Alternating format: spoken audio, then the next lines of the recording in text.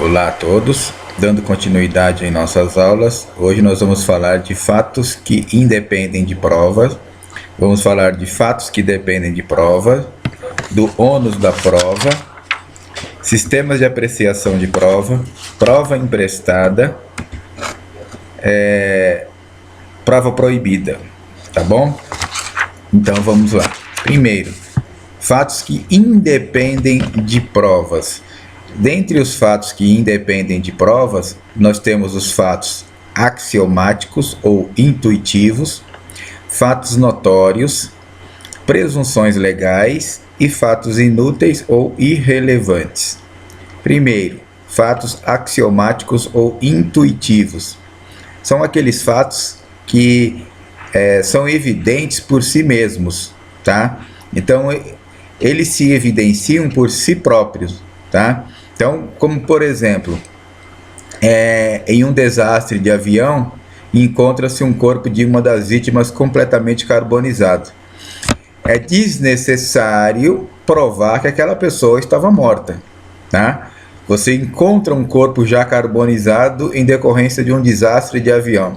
Eu preciso provar que a pessoa morreu? Eu encontro um corpo carbonizado, eu preciso provar que a pessoa morreu? Não.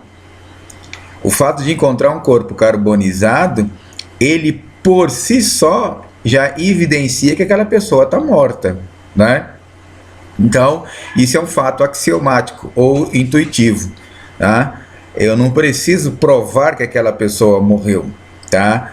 Eu preciso provar qual foi a causa da morte, mas não provar que ela está morta, porque o fato de estar carbonizado já demonstra que é um corpo de uma pessoa morta, tá bom? Fatos notórios. O que são fatos notórios? São aqueles fatos que são de conhecimento geral em um determinado meio social, tá? Então, por exemplo, são aqueles fatos cujo conhecimento faz parte daquela sociedade, tá? Faz parte da cultura daquela sociedade. Então, por exemplo, eu sou brasileiro, moro no Brasil. Eu tenho, digamos assim, obrigatoriedade de saber quem é o presidente do meu país? Sim. Eu sou brasileiro, moro no Brasil e não sei quem é o presidente do meu país? Então isso é um fato notório. Por quê? Porque faz parte da minha sociedade, faz parte da minha cultura. Eu sou brasileiro, resido no Brasil. Eu sou obrigado a saber o nome do presidente da Argentina, da Itália, da Espanha, dos Estados Unidos e assim por diante? Não. Eu não sou norte-americano, não resido nos Estados Unidos da América, eu não sou argentino, não resido na Argentina, eu não sou boliviano, não resido na Bolívia. Então eu não tenho a obrigação de saber o nome dos presidentes desses determinados países, tá? Eu moro na cidade de São Paulo. Eu preciso saber, eu tenho a obrigação de conhecer o nome do prefeito da cidade de São Bernardo do Campo, da cidade de São Caetano, da cidade de Santo André? Não. Eu moro na cidade de São Paulo. Então eu tenho por obrigação de saber quem é o prefeito da minha cidade, quem comanda a minha cidade. Então isso é um fato notório. É um fato que faz parte da cultura da sociedade na qual eu convivo, na qual eu vivo. Por que isso é importante no processo penal? Porque às vezes no processo penal ocorre um crime e chega ao conhecimento da autoridade policial que, por exemplo, olha, o crime aconteceu de frente à quitanda da dona Maria. Existe alguma quitanda que tenha um nome jurídico de quitanda da dona Maria? Muito difícil, quase improvável, né? As pessoas jurídicas, elas têm lá o seu nome jurídico, tem o seu registro, né? Nos órgãos que obrigatoriamente devem ser registrados, mas a quitanda da dona Maria, por exemplo, ela está lá registrada como Armazém Pereira da Silva. Esse é o nome da empresa, esse é o nome jurídico da quitanda da dona Maria. Mas no meio social, ali naquela comunidade, naquela região onde o crime aconteceu, alguém conhece aquela quitanda pelo seu nome jurídico? Não.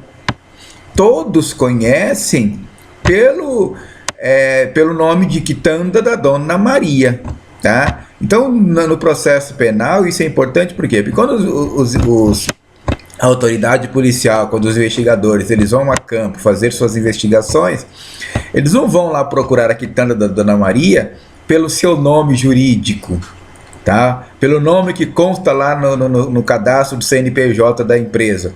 Eles vão procurar pelo nome notório pelo qual aquela quitanda é conhecida no bairro, né? Ou às vezes, a padaria do seu Pedro, o bar do Cabeção, e assim por diante, né? Então isso é um fato notório de quem mora naquelas regiões, tá?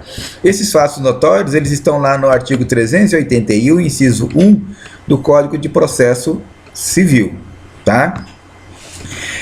Presunções legais. O que são as presunções legais? São as verdades que a lei estabelece, tá? Então, é aquilo que é aquele tipo de verdade, tá? Que a própria lei já está dizendo que tem que ser assim, tá? Então, o que a lei conclui, como um exemplo? A lei conclui, a lei determina que a pessoa completa a sua maioridade penal aos 18 anos de idade. Isso está na lei. Isso é uma presunção legal. Então, é uma conclusão da lei. E sobre a conclusão da lei, não se admite provas em contrário, tá? Então, a gente pode considerar que essas presunções legais são verdades absolutas. Então, quando a lei diz a maioridade penal completa aos 18 anos, ou a maioridade penal ocorre a partir dos 18 anos, isso é uma verdade absoluta que está estabelecido na lei, tá? Então, é uma presunção legal. E isso está lá no artigo 381, inciso 4 do Código de Processo Civil. Depois nós temos os fatos inúteis ou irrelevantes.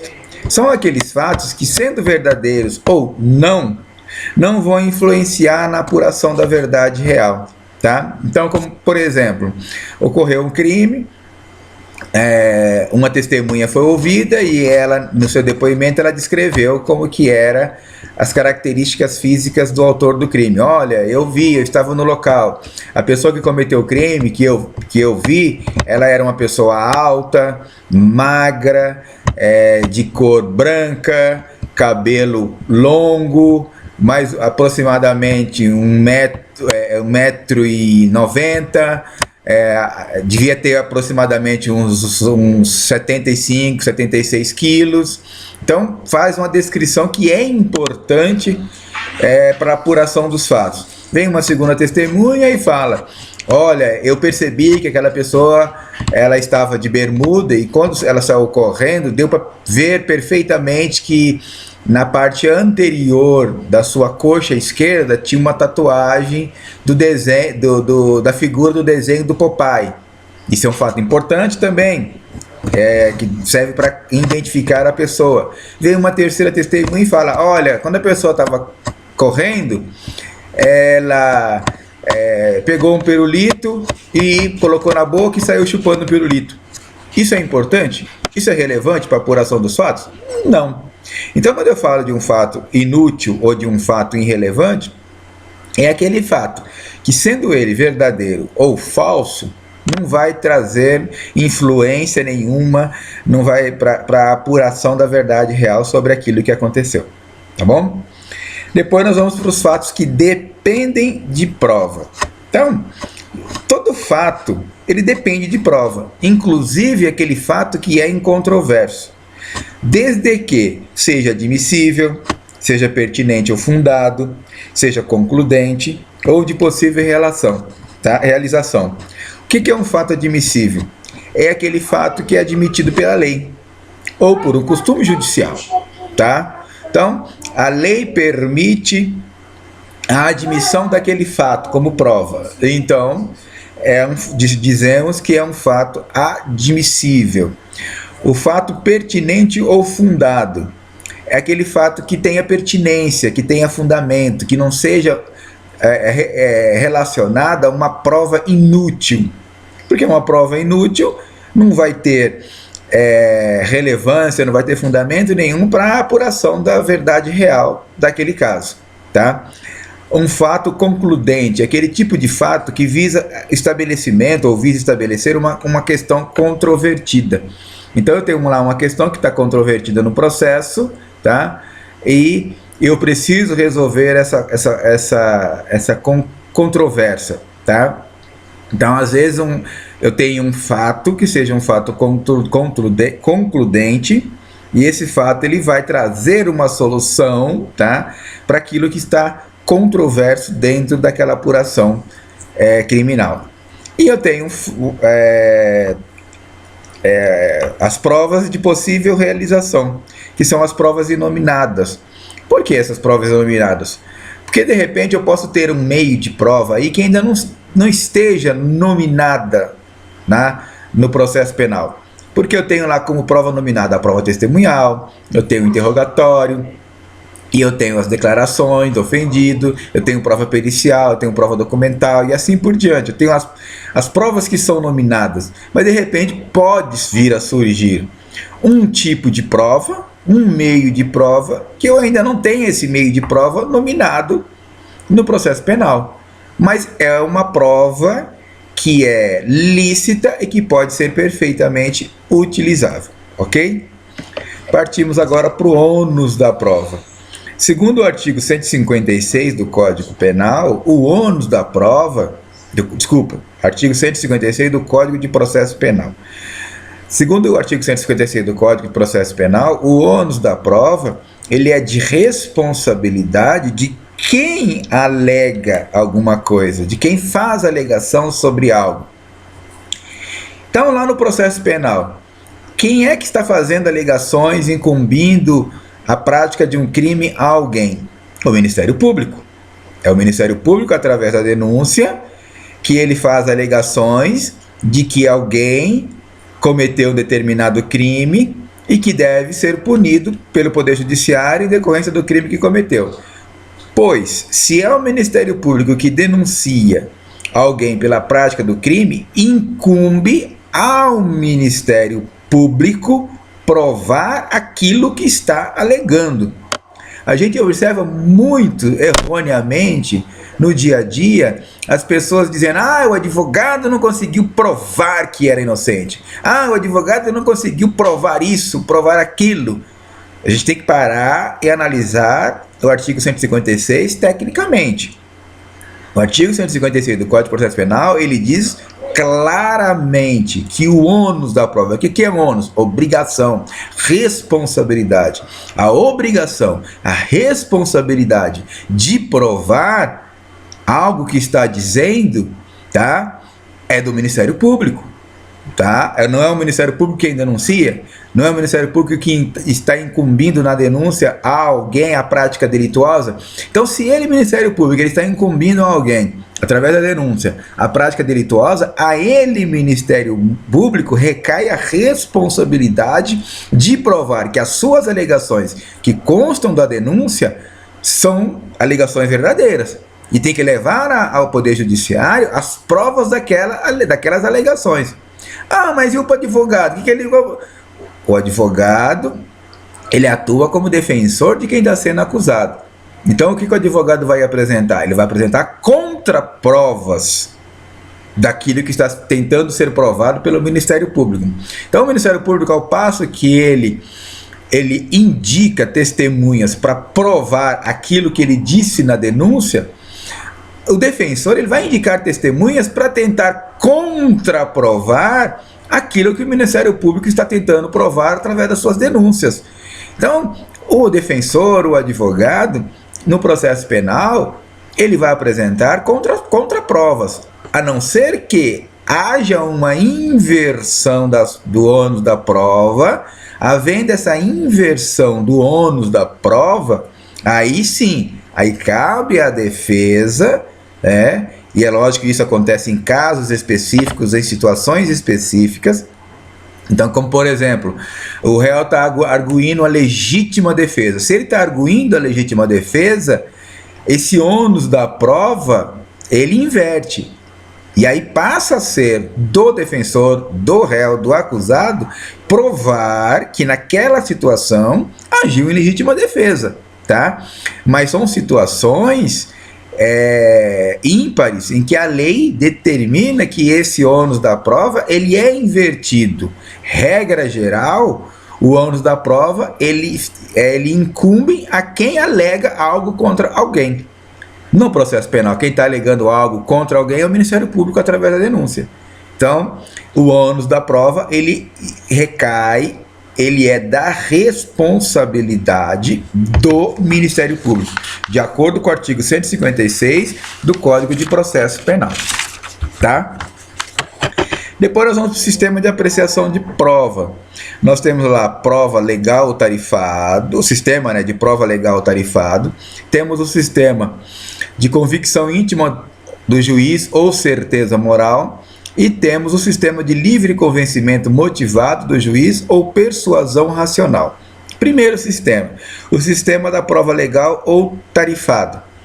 Tá? Esse sistema ele estabelece que as provas têm um valor pré-estabelecido, tá? Por isso que é um sistema de prova legal ou tarifado, porque a lei já pré-estabelece um valor para aquela prova que vai ser produzida, tá? No nosso ordenamento jurídico, esse sistema de apreciação de prova ele aparece como exceção, lá no artigo 158 do Código de Processo Penal. Tá?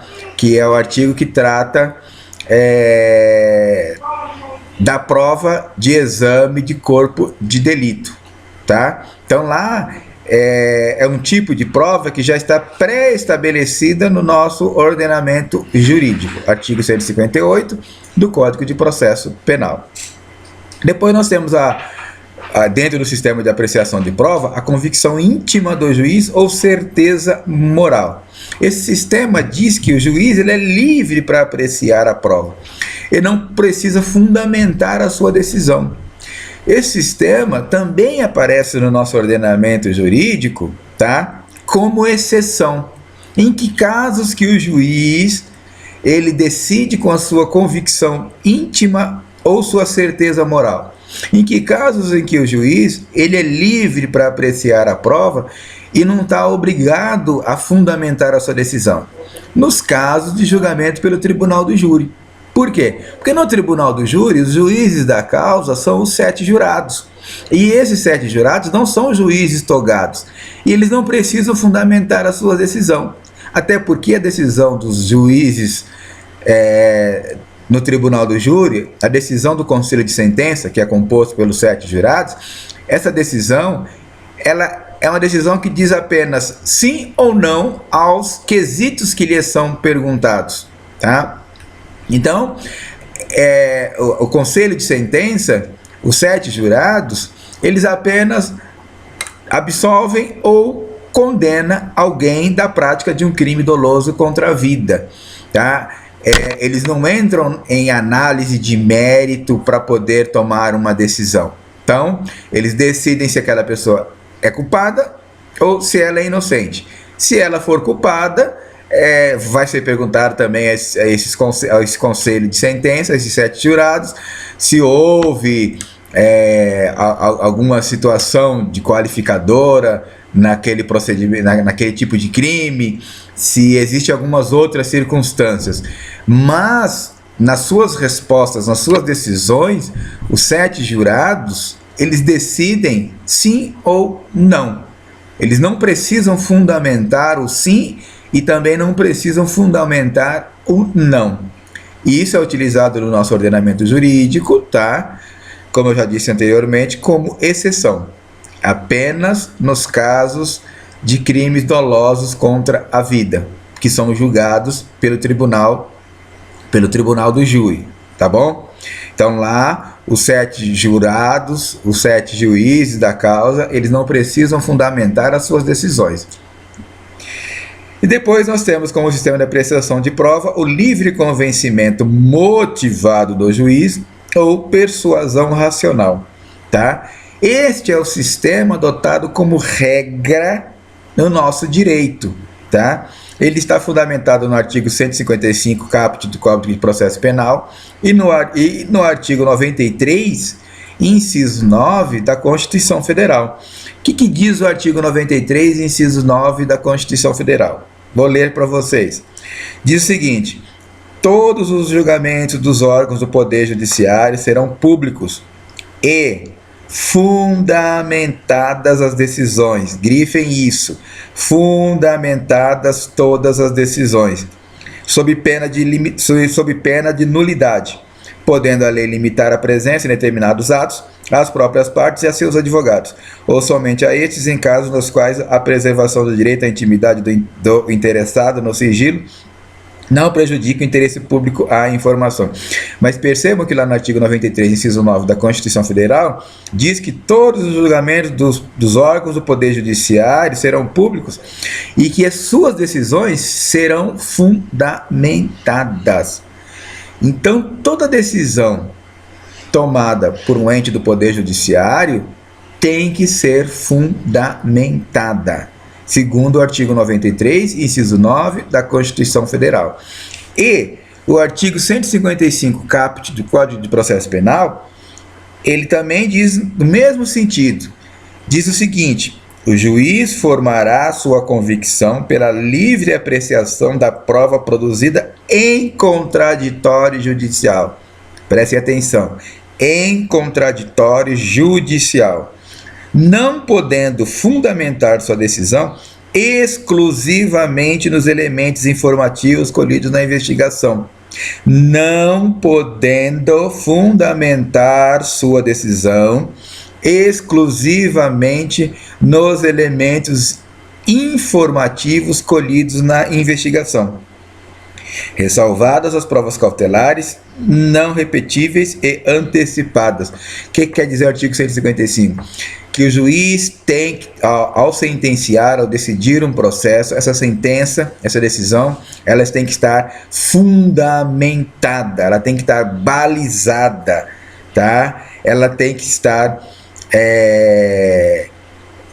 calcada em provas colhidas, produzidas sob o crivo do contraditório judicial. Ou seja, o juiz, na hora de tomar sua decisão, ele tem que analisar aquelas provas que foram produzidas pelo Ministério Público, as provas que foram produzidas pela defesa e o que foi dito pelo acusado, tá? Ele não pode basear única e exclusivamente a sua decisão nas provas que foram colhidas lá na fase de inquérito policial. Por quê? Porque na fase de inquérito policial não houve o contraditório, o exercício do contraditório e da ampla defesa. Lá foi um procedimento de investigação, né? Lá foi um procedimento inquisitório, onde a autoridade policial colheu provas, remeteu essas provas com um relatório final para o Ministério Público, e o Ministério Público, com base naquilo, denunciou, né?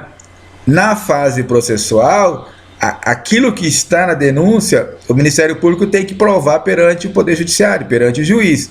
E o defensor vai produzir provas, vai produzir contraprovas na busca da defesa do seu cliente, na busca da defesa do acusado. Tá ok? Então, o livre convencimento motivado do juiz ou persuasão racional é o sistema de apreciação da prova que é a regra aqui no nosso ordenamento jurídico, tá bom? Passamos agora para a prova emprestada, tá? O que é a prova emprestada? A prova emprestada é aquele tipo de prova que foi utilizada em um outro processo, tá? Então, eu tenho um determinado processo e eu preciso juntar neste processo uma prova que ela foi extraída de um outro processo, tá? Embora esta prova emprestada, ela tenha que passar sob o crivo do contraditório. Então, toda vez que eu me utilizo de uma prova emprestada, ou seja, eu retirei uma prova de um outro processo, trouxe para o processo que eu estou atuando, a outra parte ela tem que ser ouvida sobre aquela prova que está sendo apresentada neste processo, neste atual processo, tá bom? Depois nós vamos para a prova proibida, tá? O que é a prova proibida? É aquela prova que não pode ser admitida no processo penal. Dentro da prova proibida, nós temos a prova ilegítima e temos a prova ilícita. O que diferencia uma da outra? Prova ilegítima. A prova ilegítima é aquela prova obtida com violação de regras de ordem processual, tá? Vou dar um exemplo para vocês. Eu vou me utilizar de uma prova no plenário do júri, então é um processo de julgamento pelo tribunal do júri. Eu estou apresentando uma prova no plenário do júri sem essa prova ter sido juntado no processo com a antecedência necessária. Ou seja, eu não cumpri a regra do Código de Processo Penal e juntei aquela prova no processo com dias de antecedência, como determina a lei processual penal. E estou apresentando ali, na hora, no momento do julgamento pelo plenário do júri. Essa prova não pode ser admitida. Se for admitida, é uma prova ilegítima. Por quê? Porque eu não obedeci o procedimento que a norma processual determina. Se eu tenho uma prova a ser produzida, essa prova tem que ser produzida com antecedência para que a outra parte possa tomar conhecimento daquela prova e se manifestar sobre aquela prova, né? Então, esse tipo de prova, quando eu falo de prova ilegítima, é aquela prova que viola, que é obtida através de violação de norma de ordem processual, ou seja, não cumpre uma regra que diz o Código de Processo Penal. A prova ilícita é aquela prova obtida com violação à regra de direito material ou normas constitucionais, como, por exemplo, aquele grampo telefônico ilegal, ou seja, aquele grampo telefônico que foi produzido sem uma autorização judicial, ou aquela confissão que foi obtida mediante tortura, tá? Então, quando eu falo de prova ilícita, é aquela prova que foi obtida por intermédio ou por meio de uma violação de norma de direito material ou constitucional.